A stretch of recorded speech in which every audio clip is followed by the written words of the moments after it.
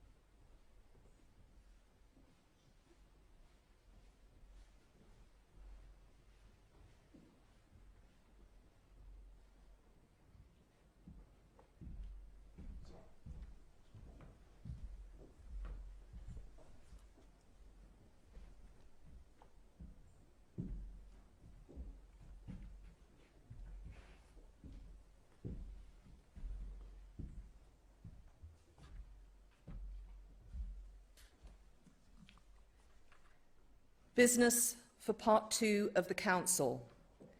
Your Majesty, to make your declaration.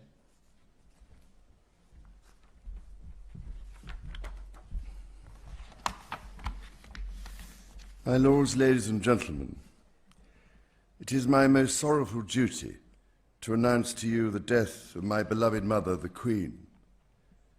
I know how deeply you, the entire nation, and I think I may say the whole world, sympathize with me in the irreparable loss we've all suffered.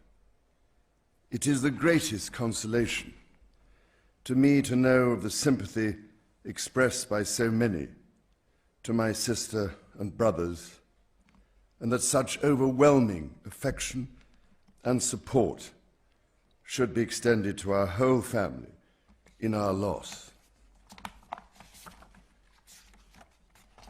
To all of us as a family, as to this kingdom and the wider family of nations of which it is a part, my mother gave an example of lifelong love and of selfless service.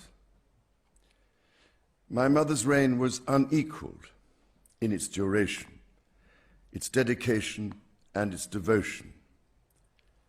Even as we grieve, we give thanks for this most faithful life.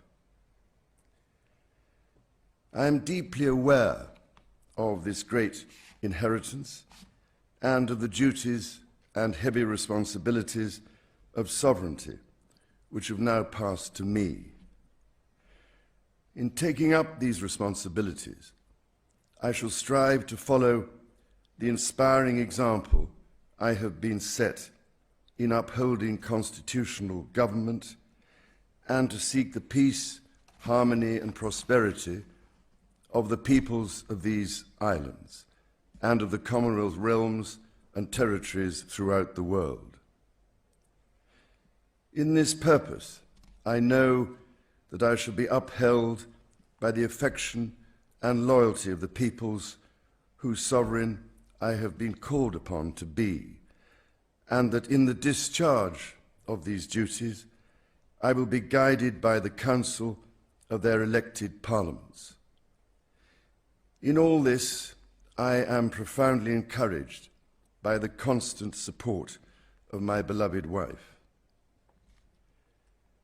I take this opportunity to confirm my willingness and intention to continue the tradition of surrendering the hereditary revenues, including the Crown Estate, to my government for the benefit of all, in return for the sovereign grant, which supports my official duties as head of state and head of nation.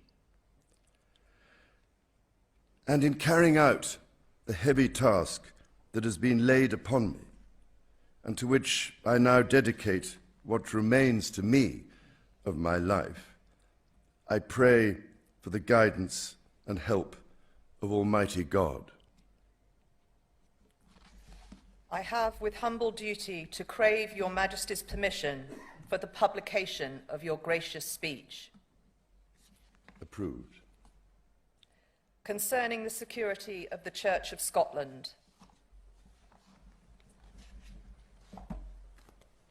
I understand that the law requires that I should, at my accession to the Crown, take and subscribe the oath relating to the security of the Church of Scotland. I am ready to do so at this first opportunity.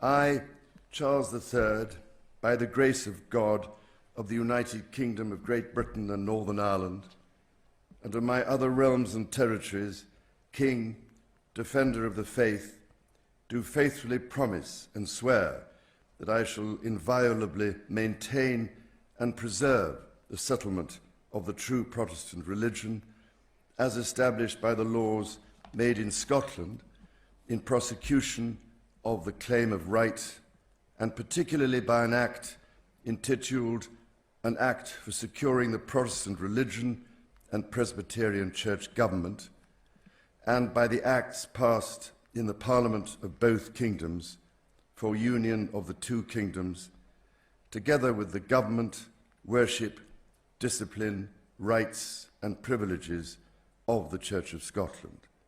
So help me God. I now invite your Majesty to subscribe both copies of the instrument, confirming the oath has been taken.